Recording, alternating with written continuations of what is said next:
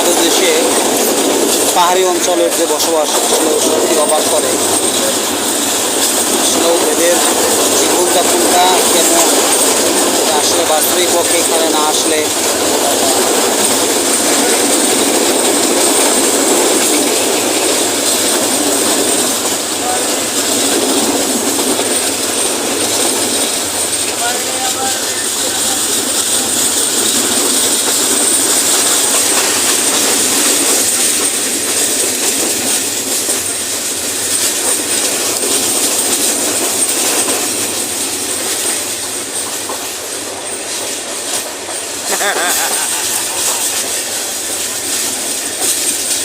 দুপাশে পাহাড় ছিঁড়ে রাস্তা, এখন দেখতে পাচ্ছি দুপাশে পাহাড় ছিঁড়ে আসলে রেল লাইন।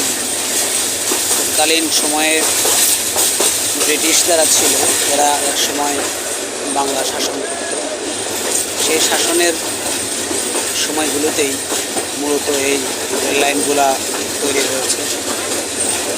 প্রকৃতপক্ষে ব্রিটিশরা সারা ভারতবর্ষে রেল ব্যবস্থা চালু করে গেছিল, এটা তাদের একটা অবদান ছিল বাংলার মধ্যে।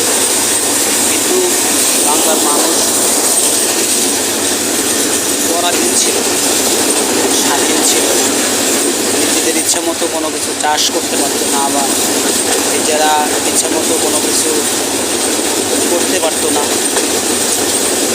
সকল কিছুতেই মানে বিধিবিধান বেঁধে দেওয়া ছিল।